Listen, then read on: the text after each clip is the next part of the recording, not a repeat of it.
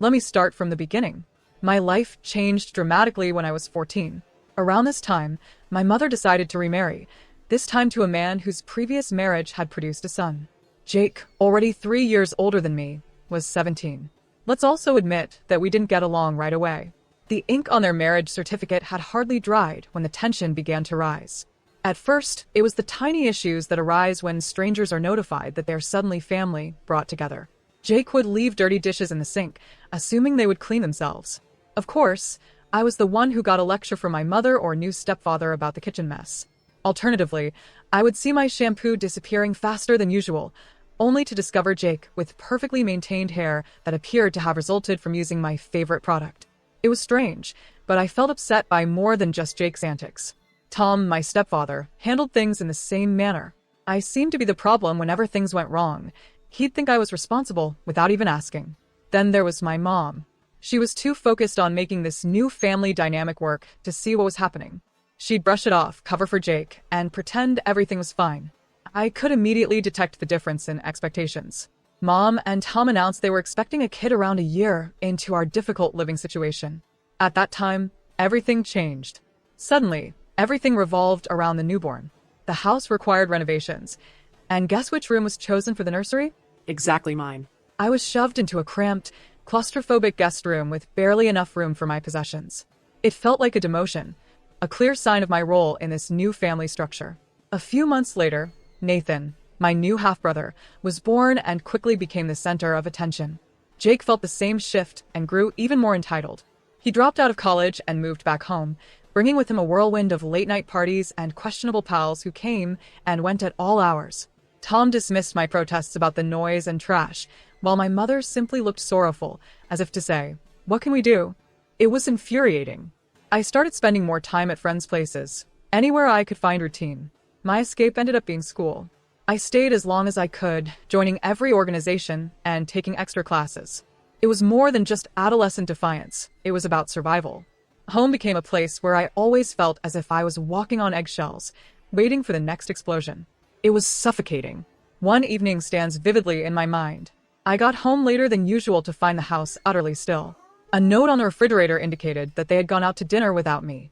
I hadn't even been invited to this family supper. That note struck harder than I expected. I felt invisible, as if I did not truly belong. And it stung. Not long after my 18th birthday, everything almost broke. I felt Tom disliked me, finding any excuse to leave the house. Despite the fact that I worked part-time, he repeatedly told me that it would jeopardize my academic progress. Then one evening, I returned home to discover my room utterly trashed. Jake had hosted a party while my mom and Tom were gone, and my room suffered as a result. A broken lamp, alcohol stains on my project documentation. It was an outright breach of my privacy. I challenged them at breakfast the next morning. Tom responded coldly and contemptuously, "You should have been more responsible with your belongings." My mother simply sighed and whispered something about families coming together and letting go. I had finished letting things pass. Everything I did during those years seemed to be scrutinized, not in a way that suggested concern for my well-being, but rather as if they were waiting for me to make a mistake, so they could blame me. Jake, who had turned into a professional couch potato, appeared to get away with it all. Although Nathan, my tiny half-brother, was still a child, the amount of coddling he received revealed who the favorite was. I remember one time when I was working on a large science project that I found really interesting. Even at home, working on it was nearly impossible. I desired silence, so I set up a workstation in the corner of the living room. It felt like I was trying to build something delicate in the heart of Times Square. I eventually had had enough. Jake would play loud music, Nathan would run about shouting, and Tom would complain about how my project was taking up too much space or making a mess. After packing up, I went to see a buddy whose parents allowed me to work in their tranquil dining room. For the first time in what felt like forever, I was able to concentrate. That was when I realized how odd my home life had become. My friend said, "You're always welcome here." The invitation was easy, yet it meant everything to me. For me, home was just a place I couldn't wait to leave. Home is supposed to be a secure refuge, yet every hour away from it helped me breathe a little easier. I started working extra shifts at my job. Of course, Tom didn't like it. He frequently mentioned my job as a distraction from school, but I knew why he disliked it. I wasn't around as much for him to critique. As I accumulated more money, the thought of moving out began to form in my head, but I realized it wouldn't be easy. My mother and Tom were unable to deal with the situation. The more I thought about it, the more it seemed like the only option to regain control of my life. I was a ball of worry the day I decided to inform them I was leaving. I discovered a basic yet fairly priced apartment near my campus. From my part-time employment, I had saved enough to cover the first 3 months' rent. It wasn't a lot, but it was mine. The prospect of having my own life and space kept me focused. One evening, after dinner, I seated Tom and Mom at the kitchen table. With my heart pumping, I attempted to keep my voice calm. I looked them in the eyes and said, "I'm moving out." The room became silent, and I could feel the tension mounting. You could have heard a pin drop. Tom was the first to reply. He smiled, shook his head, and said, as if I had told him the most stupid thing imaginable, "You think you're ready to live on your own just because of your age?" His voice was filled with amazement and a trace of mockery. At first, my mother said nothing. She simply sat there, staring down at the table, her expression unreadable. "I am ready," I said, attempting to sound more confident than I felt. The disagreement began when I stated that I needed my own room and had enough savings to cover it. Tom went on a rampage, accusing me of being selfish, unappreciative, and trying to avoid my responsibilities at home. "He looks up to you, you know," he continued, attempting to guilt me into leaving Nathan behind, as if that were enough to keep me in a hazardous atmosphere. My mother's response was calmer, but no less devastating. She did not dispute with me like Tom did, nor did she attempt to stop me. She only continued to complain, saying things like, "Families stick together," and "You'll regret it if you leave." But I knew better. This was not about family, it was about control. I stayed put not because I simply desired my own space, but because I needed it for my emotional and psychological well-being. I felt like an outsider in my supposed home. I was tired of being held accountable for things beyond my control and of attempting to fit into a family that had made it clear that I was not actually a member of it. I spent the following few days preparing. Every item I packed into a box felt like a step closer to independence. Even though it wasn't easy, my mother entered my room on the morning I was supposed to leave. I braced myself for another battle, but it never happened. Instead, she helped me pack discreetly. Our conversation was brief. She asked whether I needed extra boxes or offered to donate old utensils. We both appeared to be avoiding the actual concerns, making light talk to avoid admitting that this was the end of something. Later that day, when I locked the door to my new flat, I experienced an uncommon range of feelings, including relief, grief, excitement, and worry. I was now living completely on my own. It felt simultaneously liberating and terrible. The first few nights were the most challenging. The flat seemed overwhelmingly empty and quiet.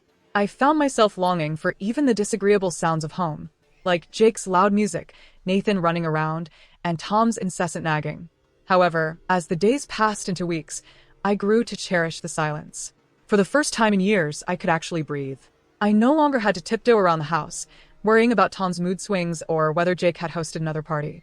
I could come and go as I liked, eat when I wanted, and sleep uninterrupted. It seemed like I was finally discovering who I was, beyond the insanity of my family. A new type of freedom. Life rapidly found its groove. I balanced work, education, and maintaining my modest apartment. It was not flashy, but it was mine. My connection with my mother and Tom improved slightly after I moved out of their house. I kept my distance but saw them sometimes, which made things easier.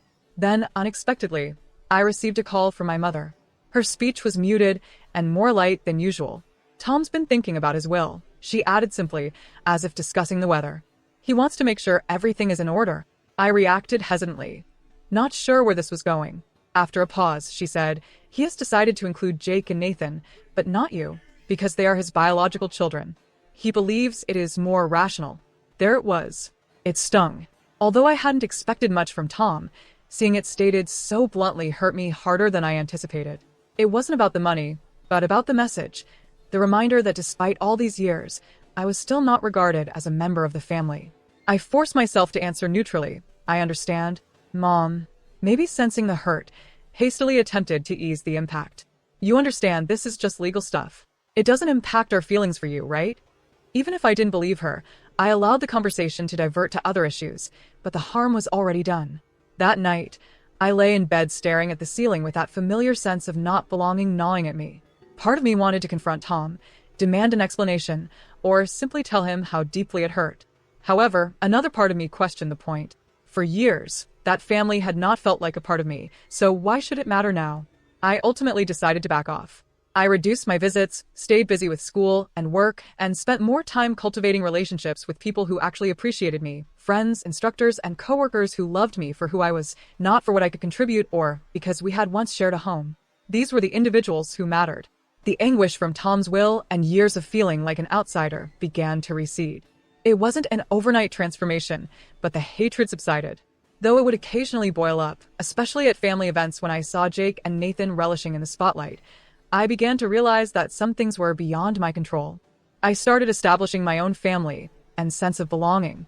A few months later, Tom recovered from his health scare, and their lives resumed to normal. Then came the actual test. I was invited to a family dinner to celebrate Tom's recovery. I went out of responsibility rather than choice. The evening was just as awkward as I expected. Tom talked about his recuperation, everyone gushed about Nathan's newest academic accomplishments, and Jake boasted about a new job he had suddenly landed. I sat there, relatively silent, and it was painfully obvious that I was the odd one out. However, this time it stung less. I had come to terms with my status in the family. I was the outsider. Yet there were individuals in my life who cared for me, for myself, not because of family obligation or shared DNA. I made an excuse about an early start and left after dinner. As I drove home, I felt a weight lifted from my shoulders. I'm good, I told myself. Really good. I had dealt with the emotional impact, faced the truth of my situation, and emerged stronger and more confident in myself than ever before. For the first time in years, I felt peaceful. But life had another surprise in store. Just when I thought I had finally achieved some calm and routine, everything turned upside down again. One afternoon, I got a call from a lawyer I'd never heard of. His tone was courteous and professional, but his voice had an almost apologetic aspect. "Am I speaking with Jessica Evans?" he inquired. "Yes, that's me," I explained, bewildered. "I'm calling about Margaret Evans, your great-aunt's estate," he explained, his tone slow and measured. "She passed away recently and named you as the sole beneficiary." For a little period, I fell silent. I couldn't recall Aunt Margaret. She was one of those distant relatives you'd hear about, but never actually knew. She didn't have any children, and I faintly remembered my father mentioning her once or twice as someone who had helped raise him. I hadn't seen her in years, possibly since I was a tiny child, and now I was being informed that she had left everything to me. "I'm sorry for your loss," the lawyer said, breaking the stillness. "Thank you," I blurted out, still absorbing his remarks. "What exactly did she leave behind?" "Your great-aunt was quite well off," he said. "Over the years, she made some excellent investments. The estate contains various properties, a significant stock portfolio, and a trust fund worth approximately $3 million. My heart halted for a moment.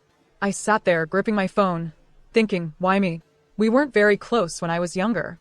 I visited her a few times, but our relationship was never truly strong. My mind could not fully grasp it. The attorney then stated, "She left a letter for you. I will forward it, along with the other documents." He noted that she went into greater detail regarding her decision. After we hung up, I sat there, staring at my phone, trying to make sense of everything. Why did Aunt Margaret choose me to inherit everything? I scarcely knew her. Was this some kind of mistake? The next few days were spent meeting with the attorney, signing paperwork, and discovering exactly what I had inherited. There were houses, stocks, and personal items, in addition to the money. Aunt Margaret's letter, however, impacted me deeply. In it, she stated that she had always appreciated my independence and saw in me a reflection of herself at my age. She described me as determined, self-sufficient, and capable of creating a life on my own, qualities she felt she lacked when she was younger. She wanted to offer me the opportunity to use her riches for something meaningful. It was overwhelming. Here was this relative I barely knew who saw something in me that my own family had never noticed. She appreciated and chose me. My initial move was to purchase a tiny home. Though it wasn't lavish, it was mine, and it represented a new chapter in my life. Thinking about long-term financial security, I also bought a rental property and invested the leftover money. I spoke with a financial expert to ensure I made sound decisions. It felt surreal. In the span of a week, my life had entirely changed. I no longer had to scrape by or wonder how I would make ends meet. For the first time, I felt truly secure and free. However, freedom brought a new set of challenges. At first, I didn't notify anyone about the bequest, not even my relatives. Given our tumultuous past, I knew the news would not be well received. I owed them nothing, but secrets have a way of getting out, and mine was no exception. It began with a cousin I hadn't seen in years, who heard about the inheritance through legal means. My mother found out before I did, and soon the rest of the family followed suit. The phone calls started almost immediately. First, my mother called, in an unusually cheerful and inquisitive tone. She complimented me, then casually mentioned how difficult things had been financially for her and Tom.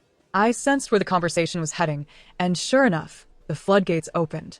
Tom called first, then Jake, and then some distant cousins I hadn't heard from in years. Each one, in their own way, intimated that they needed a piece of my inheritance. Times are tough, they would say. My mother even commented, "You know how bad Tom's health has been," as if this explained their newfound interest in me. They all seemed to have forgotten about me, but only as a possible ATM. I was overwhelmed with requests for money, loans, and gifts. It felt like vultures circling, waiting for their turn to swoop down. For a brief period, I considered giving up, questioning whether holding on to the inheritance was selfish. But then I remembered all the years I had spent feeling like an outsider in my own family, being blamed, discarded, and ignored. I had worked hard to earn whatever I had before this windfall. I had gotten through college on my own without their help, and now that I had some stability, they wanted to take it away? When I was struggling, none of them volunteered to help. When my mother eventually asked why I hadn't told her about the inheritance sooner, I found the strength to reject the guilt and manipulation. I softly, but firmly explained to her that our separation was both emotional and physical. I had been kept away, ignored, and alienated for years, as if I belonged nowhere in the family. This inheritance allows me to live on my own, without relying on anybody else, I told her. It's my life, and I must live it in my own way. I apologize if this offends you, but right now, I need to act in my best interests. The outcome of that conversation was worse than I could have predicted. Mom accused me of being arrogant and inconsiderate. Tom interjected, chastising me about how families should treat one another. Nonetheless, I stood my ground. Over time, the calls became less frequent, and the demands for money ceased. When they understood I would not give in, they stopped. It was challenging, but extremely necessary. I had realized a sad reality about family. Sometimes, the people you trust the most are the ones who bring you down. Knowing that I had protected myself brought me calm. Finally, I decided not to let them dictate my life. This inheritance was about taking control of my own destiny and, more importantly, gaining the ability to live my life on my own terms. My communication with them became strained, but I had become accustomed to it. Their approval was no longer required, and I was not bound to offer them anything. I had friends, mentors, and people who actually cared about me, not because of familial obligation or shared DNA, but because of who I was. The big surprise came from an unexpected source, my younger half-brother Nathan. I unexpectedly received a clumsy, handwritten note from him. "I'm sorry for asking for money. I miss you," he wrote in his untidy handwriting. This step meant a lot to me. Nathan, barely 14, was reaching out in his own way. After that, we started texting little conversations about his school and interests. Nothing too serious, but it was something. It was the start of a modest bridge between us. Even though I wasn't optimistic about reconciling with the rest of the family, I was creating a life for myself, free of needing anyone else. For the first time in years, I felt completely free. However, the impression of tranquility was fleeting. Just as I thought things had settled down, my mother contacted me again a few weeks after Nathan's letter. This time, she wished to talk things over. I could tell this wasn't going to be a chat about reconnecting or finding common ground, so I agreed to meet her in public, hoping to keep things cordial. We met at a nearby cafe, and the vibe was unsettling from the start. She rarely inquired about my life or how I was doing. Instead, she got right into how difficult things had been financially since Tom's health crisis and how Nathan's private school fees were stacking up. I sat there, listening, feeling like an outsider in her list of troubles. It quickly became evident why she had requested to meet. She also added that they were thinking of upgrading the house and that she really needed a vacation to relieve her stress. It was clear she wasn't there to heal our relationship. She was there for one reason. Finally, I couldn't stand it any longer. Cutting through the tension, I said, "Mom, just get to the point." She looked me in the eye and, without hesitation, said, "I expect you to write me a check for $1 million. I nearly choked on my coffee. "Excuse me?" I asked, incredulously. She didn't waver. "It's only fair. Technically, since it came from your father's side of the family, all of that money should have been mine." I was shocked. Her entitlement and audacity were astonishing. She sat there casually, demanding $1 million as if it were her birthright. "I'm not giving you $1 million, I said bluntly, trying to keep my voice steady. Her tone shifted from entitled to outright angry. Her expression grew severe. "You've always been unappreciative of everything we've done for you. she retorted. Her words painted me as a criminal for not handing over the money she claimed was hers. Without turning back, I paid for my coffee and left the cafe. It still surprises me that my own mother attempted to guilt me into giving her money to which she had no right. What followed was even worse. A few days later, my mother started circulating rumors, telling anyone who would listen that I had stolen the inheritance, claiming it was rightfully hers and accusing me of hoarding it out of greed. Suddenly, relatives I hadn't heard from in years began calling, either to support her or to pressure me into sharing the money. The hypocrisy was staggering, especially considering that Tom had omitted me from his will because I wasn't family. Even Tom got involved, writing me a long guilt-laden text about how I needed to consider the family and make more inclusive decisions. I reacted with one sentence: "You didn't include me in your will because I'm not family. Remember that." That shut him up for a while, but the drama didn't end there. Things got heated when I received an official-looking letter in the mail. To my amazement, my mother was suing me. Yes, you read that correctly. She was suing me for a share of the inheritance, claiming that as my father's widow, she was entitled to a large portion of the money. I was stunned. Was my own mother really dragging me to court? At first, I was afraid, expecting a long, protracted, and costly court battle. I called my attorney, who laughed after reading the letter. "This is a joke," he remarked, tossing it aside. "The will is airtight." He investigated the so-called attorney who had sent the letter. The phone number was disconnected, and the address on the letterhead led to a decrepit building under construction. It became clear that my mother and Tom had hired a fraudulent lawyer in a last-ditch attempt to intimidate me into handing over money. I was relieved that the lawsuit was baseless, but deeply disappointed. Their willingness to go to such lengths for my inheritance was surprising. They had tried guilt-tripping and manipulating me, and now they were making direct legal threats. I was done. I realized I needed to distance myself from them. After the legal jitters passed, the emotional toll hit me hard.